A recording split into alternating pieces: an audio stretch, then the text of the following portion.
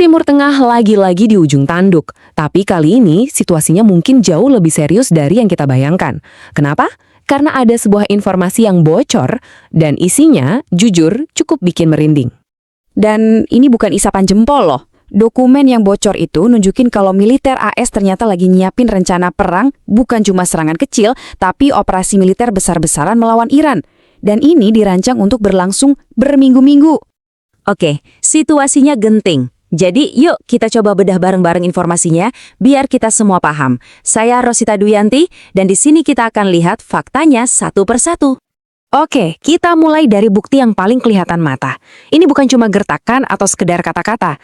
Kenapa? Karena di lapangan, di Timur Tengah saat ini sedang terjadi penumpukan kekuatan militer yang ya ampun, masif banget. Coba deh lihat apa aja yang dikerahkan. Ini bukan patroli biasa ya. Kita ngomongin ribuan tentara tambahan yang dikirim ke sana.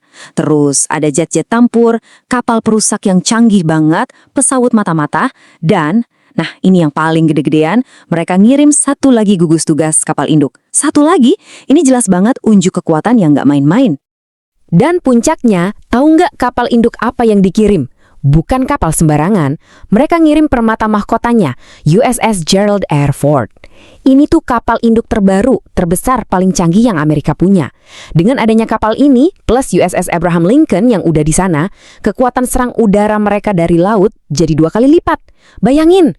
Tapi, nah, disinilah ceritanya jadi menarik sekaligus membingungkan. Ibarat dua sisi mata uang yang beda banget. Di satu sisi, mesin perang udah dipanasin. Tapi di sisi lain, ternyata masih ada obrolan damai. Gimana tuh? Dua hal yang bertolak belakang ini jalan barengan. Coba kita lihat kontrasnya. Di satu meja, di Oman, para diplomat AS dan Iran lagi ngobrolin soal program nuklir. Kelihatannya adem kan? Upaya damai. Tapi di saat yang sama, di laut dan udara, kapal perang dan jet tempur AS terus berdatangan. Jadi ini sebenarnya mau ngasih pesan apa? Apa ini strategi good cop, bad cop? Atau jangan-jangan mereka sendiri bingung mau ngapain? Oke, dari pergerakan militer, sekarang kita geser ke kata-kata. Karena dalam situasi tegang kayak gini, apa yang diucapin para pemimpin itu penting banget. Dan pernyataan-pernyataan resmi yang keluar dari Gedung Putih bukannya mendinginkan, malah makin bikin panas. Presiden Trump sendiri bilang, berunding sama Iran itu nggak gampang. Terus dia nambahin, dan ini kuncinya, kalau kadang-kadang tekanan kuat itu perlu. Nah, tekanan kuat ini kan bisa diartikan macam-macam ya, termasuk tekanan militer. Ini kayak ngasih sinyal, kalau diplomasi buntu, ya opsi lain siap. Dan puncaknya, ada di kutipan ini, pernyataan langsung dari Presiden Trump yang bilang, perubahan rezim di Iran mungkin yang terbaik. Wow, ini udah beda level ya. Ini bukan lagi ngomongin negosiasi nuklir. Ini udah ngomongin soal menggulingkan pemerintahan yang ada di Iran. Tujuannya beda banget. Oke, jadi setelah kita lihat semua potongan puzzle-nya, militer, diplomasi, retorika politik, apa kesimpulan kita? Gambaran besarnya sih jelas banget. Situasinya super tegang. Oke, kita rangkum ya poin-poin utamanya. 1. Ada rencana perang yang detail dan siap dieksekusi. 2. Pengerahan pasukan besar-besaran itu nyata, bukan hoax. 3.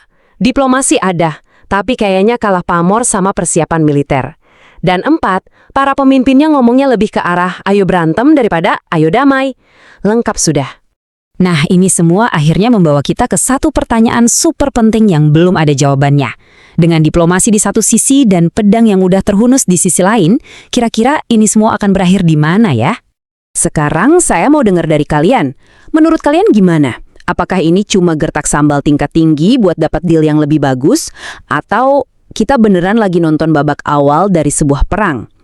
Coba tulis pendapat kalian di kolom komentar ya. Dan kalau kalian ngerasa pembahasan ini ngebantu, jangan lupa klik subscribe biar nggak ketinggalan analisis berikutnya. Dan share juga ke teman-teman kalian. Sampai ketemu lagi.